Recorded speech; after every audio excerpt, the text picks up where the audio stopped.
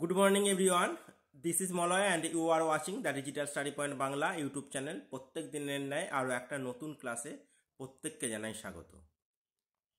আজ থেকে আমরা কারেন্ট অ্যাফেয়ার্সের নতুন অধ্যায় শুরু করেছি। প্রত্যেক দিন তোমরা সকাল 9টায় এই ক্লাসটা পাবে। প্রত্যেক দিন সকাল 9টায় তোমরা এই ক্লাসটা পেয়ে যাবে। Daily current affairs. আজকে আমরা 19শে জানুয়ারি কারেন্ট অ্যাফেয়ার্সগুলো করব। এই কারেন্ট অ্যাফেয়ার্সগুলো বিপিএসসি টিআরই 4.0 এর জন্য যেভাবে গুরুত্বপূর্ণ একই রকমভাবে এনটিপিসি, গ্রুপ ডি, ডব্লিউবিসিএস, পিএসসির অন্যান্য পরীক্ষা, এসএসসি এবং অন্যান্য সকল কম্পিটিটিভ পরীক্ষার জন্য খুবই গুরুত্বপূর্ণ হতে চলেছে। তাই তোমরা ডেইলি এই কারেন্ট অ্যাফেয়ার্সের সেশনটা অবশ্যই দেখো, যাতে তোমাদের প্রতিদিনকার কারেন্ট অ্যাফেয়ার্স খুব সহজে রিভিশন করে নিতে পারো। এবং এর পিডিএফের জন্য আমাদের টেলিগ্রাম চ্যানেলে যোগাযোগ করো, সেখান থেকে তোমরা কালেক্ট করে নিতে পারবে। এর পাশাপাশি আমরা এই বছরের অর্থাৎ 2025 সালের নতুন যে রুটিনটা তোমাদের জন্য রেখেছি ইউটিউব চ্যানেলের জন্য, সেই রুটিনটা আমি তোমাদের সামনে আরেকবার শেয়ার করে দিই। দেখো, তোমরা প্রত্যেক দিন সকাল 9টায় ডেইলি কারেন্ট অ্যাফেয়ার্সের একটা করে ভিডিও পাবে এবং এনসিইআরটি চ্যাপ্টার ওয়াইজ সায়েন্সের ক্লাসটা তোমরা রাত্রি 8টায় পাবে। এটি সপ্তাহে 3 দিন, মঙ্গল, বৃহস্পতি, শনি। গতকালই আমি একটা ভিডিও আপলোড করেছি এনসিইআরটি চ্যাপ্টার ওয়াইজ ক্লাস সায়েন্সের। যারা দেখোনি এখনও পর্যন্ত, ডেসক্রিপশানে লিঙ্ক পেয়ে যাবে বা আমার চ্যানেল ভিজিট করে সেখান থেকে তোমরা দেখে নিতে পারো। একই সাথে বিপিএসসি টিআরই 4.0-কে লক্ষ্য রেখে পিওআইপি এবং সেই রিলেটেড থিওরি আমরা আলোচনা করছি, যেটা রাত্রি 9টায় ক্লাসটা হয়, মনডে টু স্যাটারডে। প্রত্যেক দিন এই ক্লাসটা তোমরা পেয়ে যাবে সোম থেকে শনিবার পর্যন্ত। এনসিইআরটির সায়েন্সের এমসিকিউ কোশ্চেন আমরা আলোচনা করি 9:30টার সময়, রাত্রি 9:30টার সময়, মনডে, ওয়েডনেসডে এবং ফ্রাইডে, যেটা তোমরা ফ্রি অফ কস্ট তোমরা এই সমস্ত ক্লাসগুলো পাবে। পাশাপাশি পিএসসি অ্যাসিস্ট্যান্ট টিচার, এটাকে লক্ষ্য রেখে আমরা জিওগ্রাফি সাবজেক্টের ওপর জিওগ্রাফির ইম্পর্টেন্ট পিওআইপি কোশ্চেনগুলো, যেগুলো বারবার রিপিট হয় ওয়েস্টবেঙ্গল পাবলিক সার্ভিস কমিশনের তরফ থেকে, সেই ক্লাসটা আমরা সন্ধ্যা 7টা থেকে 8টার মধ্যে সোমবার এবং শুক্রবার সপ্তাহে 2 দিন করাবো। এটা তোমরা অবশ্যই দেখতে থাকো। চলো, বেশি দেরি না করে আমরা আজকের ক্লাসটা শুরু করি। আজকের ক্লাসের প্রথম কোশ্চেনটা আমরা তোমাদের সামনে আলোচনা করব, দেখে নাও। অন স্ক্রিন তোমরা দেখতে পাচ্ছ, সম্প্রতি কোন সংস্থা মহাকাশে মোটর বীজের অঙ্কুরোদ্গম ঘটিয়েছে? অর্থাৎ মোটর জাতীয় বীজের অঙ্কুরোদ্গম মহাকাশে ঘটাতে পেরেছে কোন মহাকাশ সংস্থা? Option A NASA, option B ISRO, option C SpaceX আর অপশান ডি সেন্সা। বলো, সম্প্রতি মহাকাশে মোটর বীজের অঙ্কুরোদ্গম ঘটিয়ে সাফল্য এনেছে, অর্থাৎ মহাকাশেও উদ্ভিদদের প্রতিপালন করা সম্ভব, উদ্ভিদদের জন্ম দেওয়া সম্ভব, সেটাকে প্রমাণ করলো কোন মহাকাশ সংস্থা? এক্ষেত্রে কারেক্ট অ্যান্সার হয়ে যাবে অপশান বি ইসরো। ভারতের এটা সাফল্য। ইসরো অর্থাৎ ভারতের যে মহাকাশ সংস্থা, Indian space research organisation successfully germinated black eyed pea মানে কালো চোখ বিশিষ্ট অর্থাৎ কালো রঙের যে মোটর বীজ, সেটাকে সাকসেসফুলি এই গাছের গ্রানিমিনেট করেছে, অর্থাৎ অঙ্কুরোদ্গম ঘটিয়েছে ইন দ্য স্পেস, মহাকাশে। এটা একটা প্রজেক্ট। কোন প্রজেক্টের অন্তর্গত?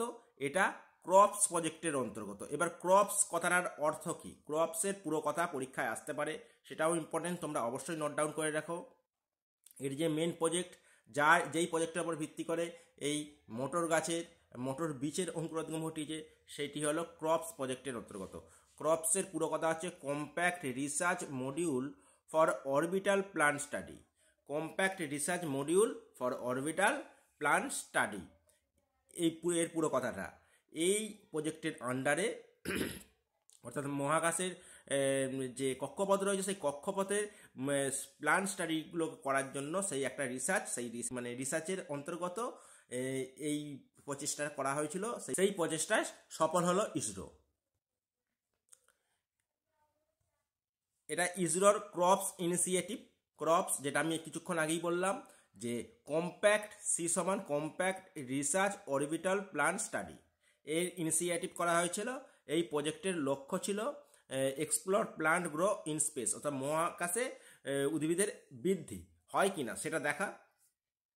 তার জন্য তারা উপযুক্ত কন্ডিশন তৈরি করেছিল এবং গ্র্যাভিটেশন ছাড়াই ফার্স্ট মিশন ক্রপস 1, এটা ক্রপস 1 ফার্স্ট মিশন, অর্থাৎ ইসরোর এটা প্রথম মিশন, যে প্রজেক্টে তারা সফল হয়েছে। নেক্সট দেখো কোশ্চেন নাম্বার 2, সম্প্রতি কোথায় ভারতের mobility global expo 2025 mobility global expo 2025 উদ্বোধন করা হলো? কোথায় উদ্বোধন করা হয়েছে? Option A New Delhi, option B Hyderabad, option C Chennai, option D Bengaluru. এখানে ভারতের মোবিলিটি গ্লোবাল এক্সপো 2025 এটা কোথায় উদ্বোধন করা হয়েছে? এক্ষেত্রে কারেক্ট অ্যান্সার হয়ে যাবে new Delhi. Option A is the correct answer. Option A হয়ে যাবে এই প্রশ্নের সঠিক উত্তর। এটি ভারতের প্রধানমন্ত্রী নরেন্দ্র মোদী সেকেন্ড ভারতীয় মোবিলিটি গ্লোবাল এক্সপো 2025, যেটা 17 জানুয়ারি 2025 সালে ভারত মণ্ডপে নিউ দিল্লিতে এটা উদ্বোধন করেছে। তাহলে ভারত মণ্ডপ এটা কোথায় অবস্থিত? নিউ দিল্লিতে। সেই নিউ দিল্লিতে এটি উদ্বোধন করেছেন। কে করেছেন? Indian prime minister Narendra Modi. এটা সেকেন্ড। ফার্স্ট কবে হয়েছিল? ফার্স্ট হয়েছিল 2024 সালে ফেব্রুয়ারি মাসে। প্রত্যেক বছরের প্রথম দিকে হয়, আমরা জানি। ফেব্রুয়ারি মাসের প্রথমে অর্থাৎ 2024 সালের ফেব্রুয়ারিতে ফার্স্ট হয়েছিল। আর এই মোবিলিটি অফ গ্লোবাল এক্সপো এটা সেকেন্ড পর্যায়ের হচ্ছে, এটা সেকেন্ড পর্যায়, সেকেন্ড এডিশন। নেক্সট দেখো কোশ্চেন নাম্বার 3, সম্প্রতি কোন রাজ্যে বৃহতাকার বুদ্ধের মাথা আবিষ্কার হয়েছে? অর্থাৎ বুদ্ধদেবের মূর্তির একটা মাথা আবিষ্কার হয়েছে কোন রাজ্যে? Option A Maharashtra, option B Bihar, option C Chhattisgarh, and option D Odisha.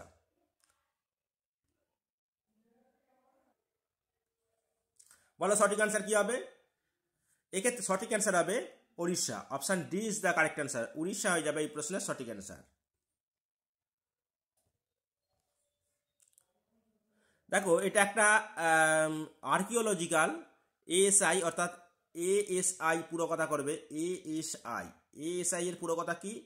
Archaeological survey of India. এদের একটা মিশন ছিল, যে মিশনে বৌদ্ধ ধর্মজাত সমস্ত নিদর্শনগুলোকে খুঁজে বার করা।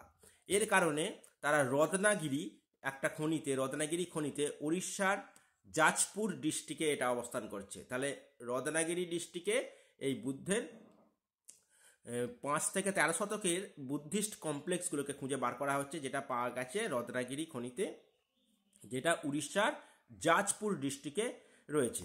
এখান থেকে কি কি পাওয়া গেছে?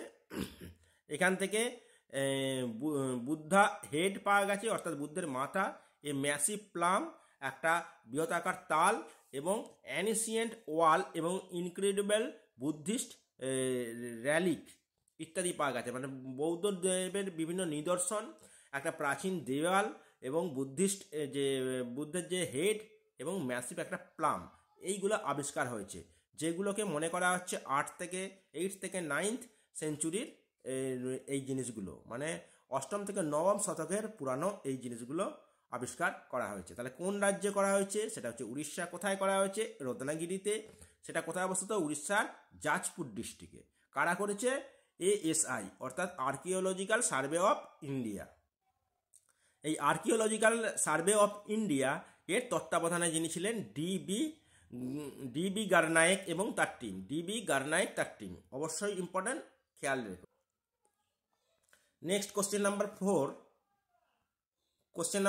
4 নম্বর প্রশ্নটা দেখো, কোন ভারতীয় বক্সার বিশ্ব boxing federation super featherweight world শিরোপা জয়লাভ করলো?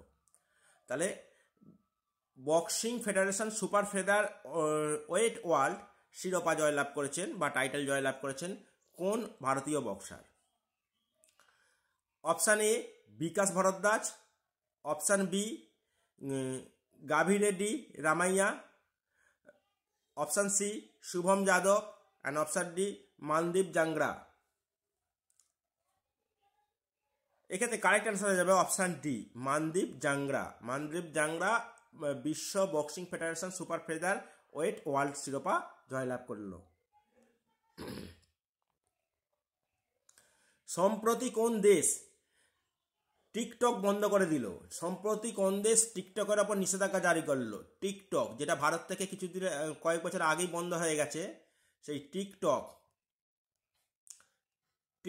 অ্যাপটাকে, চাইনিজ অ্যাপ টিকটক অ্যাপটাকে সম্পূর্ণভাবে ব্যান্ড করে দেওয়া হলো, যেটা কার্যকর আজকে থেকে অর্থাৎ রবিবার থেকে করা হচ্ছে। সেই ব্যান্ড করে দেওয়া দেশটির নাম কি? সম্প্রতি কোন দেশ টিকটককে ব্যান্ড করেছে? Option A Russia, option B Australia, option C মার্কিন যুক্তরাষ্ট্র অ্যান্ড অপশান ডি পাকিস্তান। বলো কোন দেশ সম্প্রতি টিকটককে ব্যান করে দিল? এক্ষেত্রে কারেক্ট অ্যান্সার হয়ে যাবে অপশান সি, মার্কিন যুক্তরাষ্ট্র।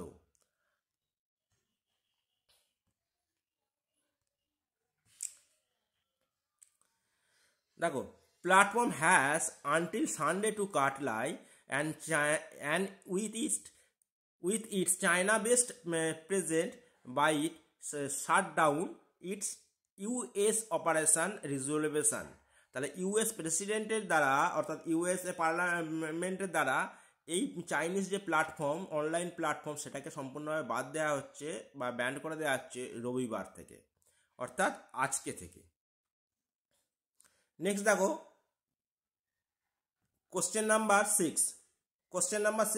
স্প্যাডেক্স মিশন। স্প্যাডেক্স মিশন সম্প্রতি কোন মহাকাশ সংস্থা সফল হয়েছে? উল্লেখযোগ্য সাফল্য এনেছে স্প্যাডেক্স মিশনে, সেটি কোন মহাকাশ সংস্থা? অপশান এ শ্রীরাস, option B ISRO, option C NASA and option D CNSA. এই সিনসা হচ্ছে চাইনিজ অর্থাৎ চায়নার মহাকাশ কেন্দ্র অর্থাৎ মহাকাশ গবেষণাগার কেন্দ্র, নাসা হচ্ছে আমেরিকার, ইসরো আমরা জানি ভারতের, আর শ্রীরাস হচ্ছে রাশিয়ার। এখানে স্প্যাডেক্স মিশনটা কোন দেশে সেটা বলতে পারলেই তোমরা অবশ্যই অনুধাবন করতে পারবে। সম্প্রতি স্প্যাডেক্স মিশন, যেটা গত দুদিন আগেই সাফল্য লাভ করেছে, সেই স্প্যাডেক্স মিশনটি কোন মহাকাশ গবেষণা সংস্থার মিশন ছিল? এক্ষেত্রে কারেক্ট অ্যান্সার হয়ে যাবে অপশান বি, ইসরো। দেখো, recently Indian space research organisation যেটা ISRO successfully complete it first satellite docking. Satellite docking মানে মহাকাশে যে উপগ্রহগুলো পাঠানো হয় সেইগুলোকে বন্দর করার জন্য অর্থাৎ সেইগুলোকে নির্দিষ্ট স্থানে পৌঁছে দেওয়ার জন্য যে মিশন, যেটাকে স্প্যাডেক্স মানে স্পেস এক্সপেরিমেন্ট